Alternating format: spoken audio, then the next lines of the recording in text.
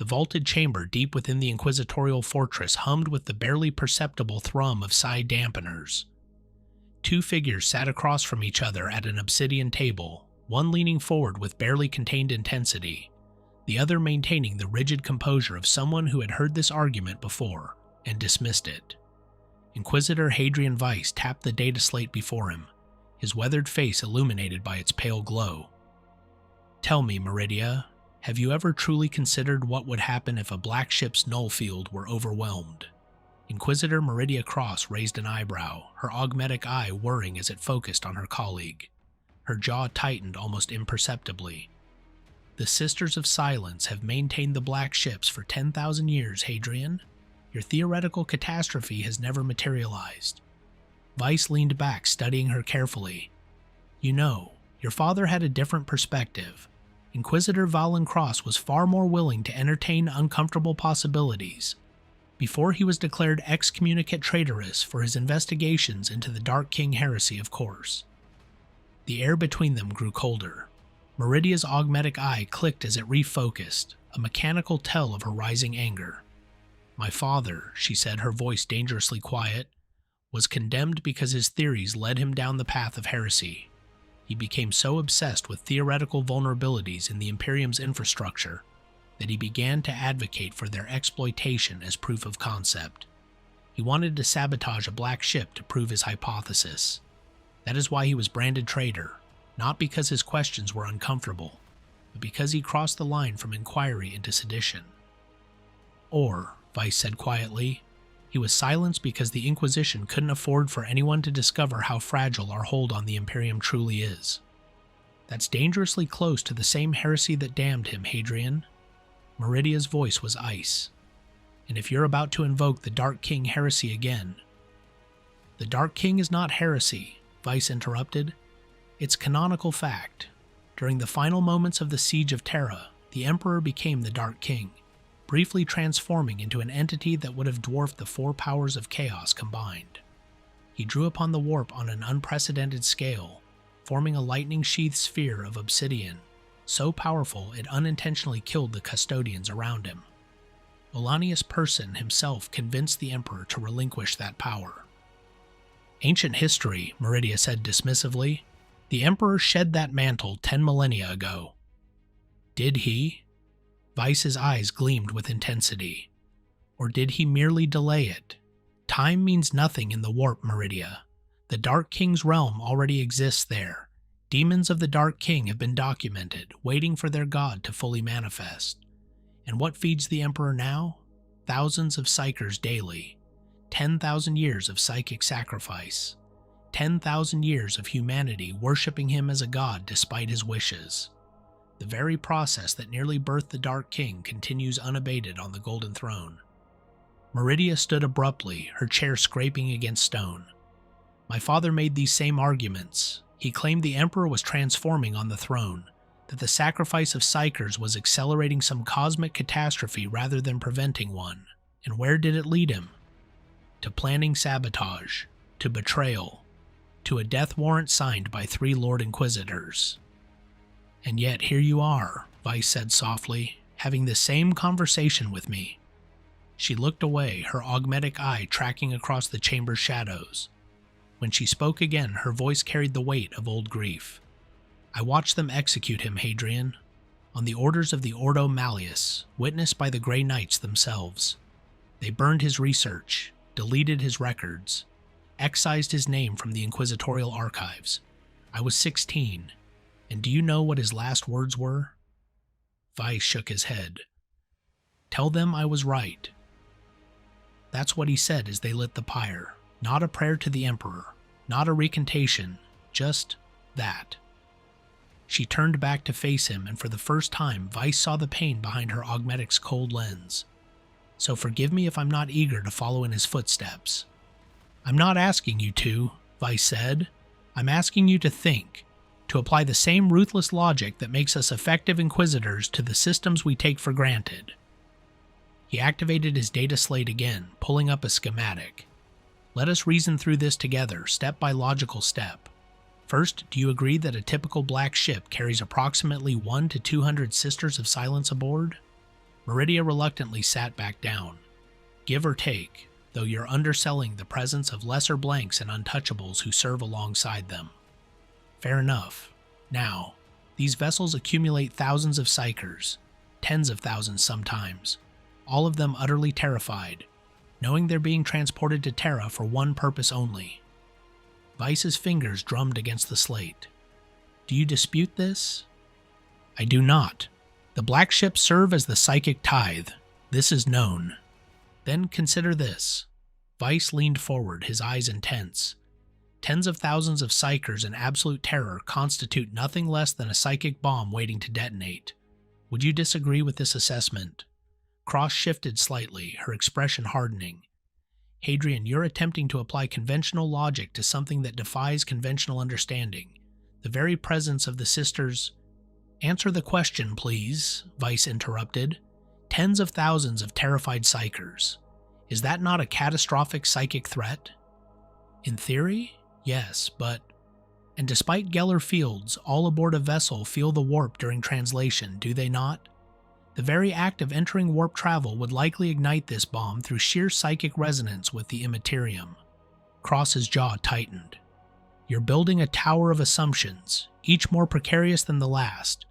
This is exactly how my father's reasoning spiraled. Am I? Vyce pressed on relentlessly. If such a ship enters the warp and the Geller field becomes unstable for even a fraction of a second, and we both know such instabilities occur with distressing regularity, those psychers would have immediate access to and be influenced by the raw warp. Literal hell would envelop the ship. Do you disagree? The sisters' null fields. How would 200 sisters, augmented by perhaps 1,000 lesser blanks, withstand a tsunami of psychic might from tens of thousands of psychers, all manifesting simultaneously? Vyce's voice rose with passion. The combined power of every psycher aboard would merge into a single catastrophic flood of warp energy. Can you truly tell me with certainty that even 1,000 blanks could quell that? For the first time, Kross hesitated. The science suggests... The science is incomplete. Vyce slammed his palm on the table. And therein lies my entire point. The same point your father made. If null fields can be overwhelmed, and basic logic suggests they must have a threshold, then every black ship is a disaster waiting to happen. And if black ships fail en masse, the Emperor receives no psychic sacrifice. Without that 1,000 souls per day sacrifice, his physical connection to his immortal essence fails. The Astronomicon dies. Warp travel becomes impossible across the Imperium. Ships fall back to subliminal speeds. Military support never arrives.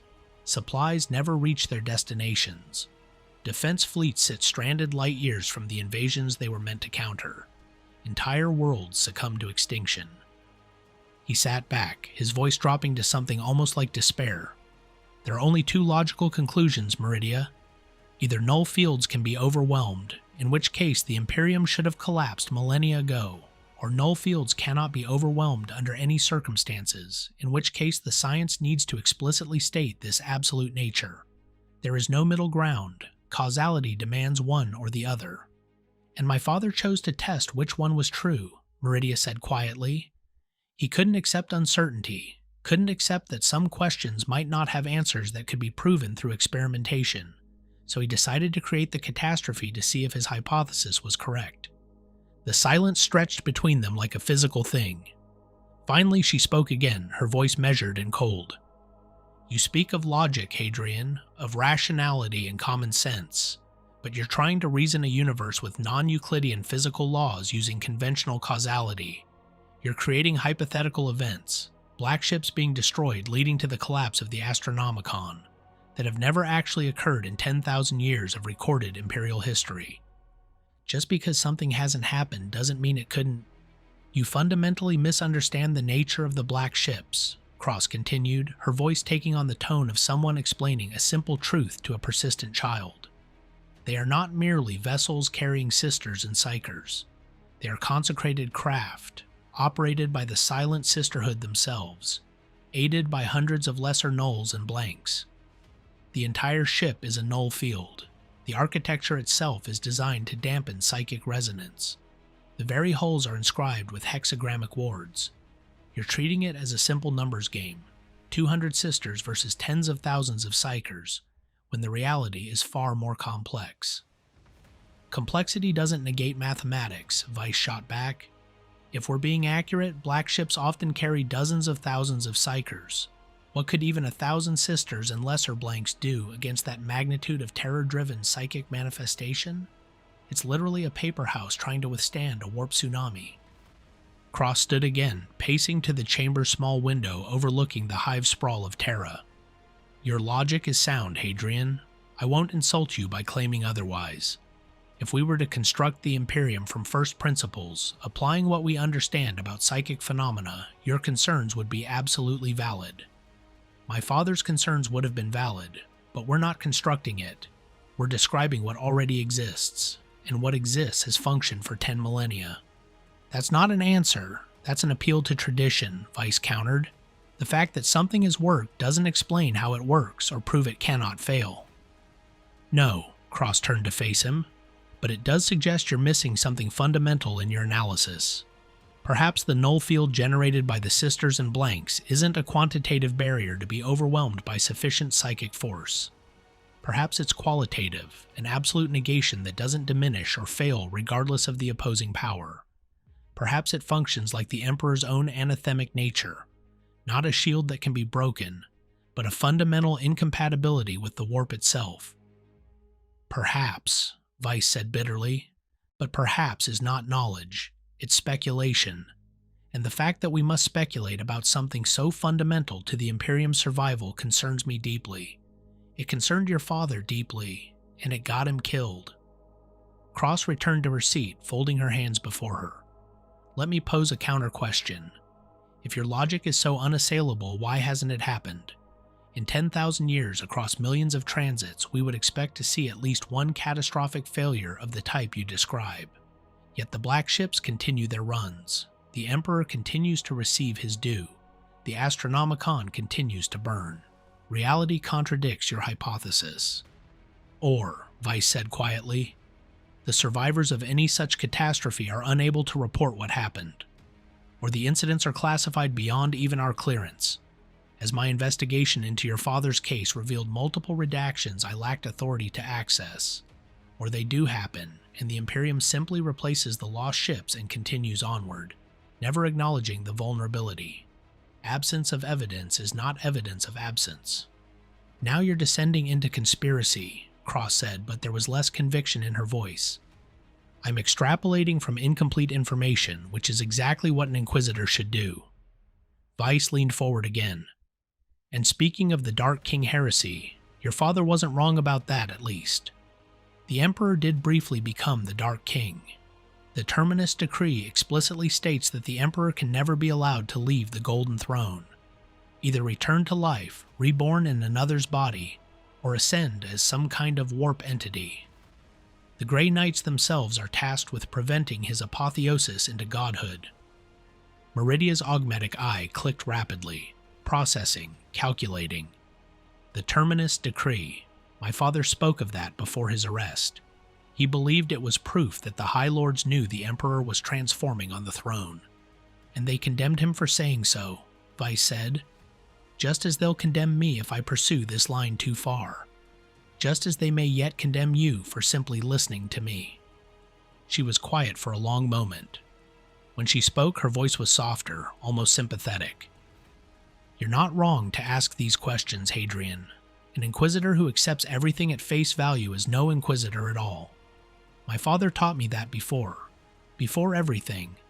But you must also accept that some questions may not have satisfying answers. The warp defies logic. Psychic phenomena transcend conventional causality. The Emperor himself exists in a state that should be impossible, simultaneously dying and ascending, feeding on sacrificed souls while being worshipped as a god, fighting chaos from within the warp while maintaining the Astronomicon. Perhaps the null fields of the sisters are simply another impossibility, a fixed point of negation in a universe of chaos. Or perhaps, Vyce said, we're one catastrophic accident away from discovering the hard way that they're not. One Geller field failure at the wrong moment. One black ship pushed beyond its capacity. One instance where the sisters' null fields prove insufficient. And then what? The cascade your father predicted, the collapse, the Dark King finally manifesting in the 41st millennium, fed by 10,000 years of suffering on the Golden Throne. If that day comes, Kross said, standing and gathering her data slates, I suspect we won't be alive long enough to say I told you so to each other. She paused at the chamber door. But until then, I choose to trust in 10,000 years of precedent. The black ships have never failed. The Emperor still receives his due, and we still have an Imperium to serve and protect. Flawed logic, Dark King prophecies, and all. She hesitated, her hand on the door's activation rune. Without turning back, she added quietly, My father made the same arguments you're making, Hadrian, and he was probably right about the vulnerability. But being right doesn't matter if pursuing the truth destroys everything you're trying to protect. That's why I watched him burn. That's why I don't pursue his research, not because I think he was wrong, but because I fear he was right. The door sealed behind her with a pneumatic hiss. Vyce watched her go, then turned back to his calculations. The soft glow of his data slate illuminating figures and projections that, by all rational analysis, suggested the Imperium should have collapsed millennia ago, and yet it hadn't. That fact alone, he thought, might be the most disturbing thing of all. Because if the Imperium persisted despite logic suggesting it shouldn't, what did that say about the nature of reality in the 41st millennium? What did it say about the Emperor on the Golden Throne, fed by 1,000 souls per day for 10,000 years? What did it say about the Dark King whose realm already existed in the warp, waiting? And what did it say about Inquisitors like Valen Kross, whose only crime had been asking these questions too loudly? Vyce made a note in his own encrypted files. Kross, M. Shows signs of inherited skepticism. Traumatized by father's execution but clearly sympathetic to his reasoning. Possible recruit for investigation, or possible informant against it. Monitor closely. He encrypted the file with triple seal hexagrammic words and deleted the access logs. In the Emperor's name, he was hunting for the truth. He could only hope the truth wouldn't get him killed the same way it had killed Valen Kross.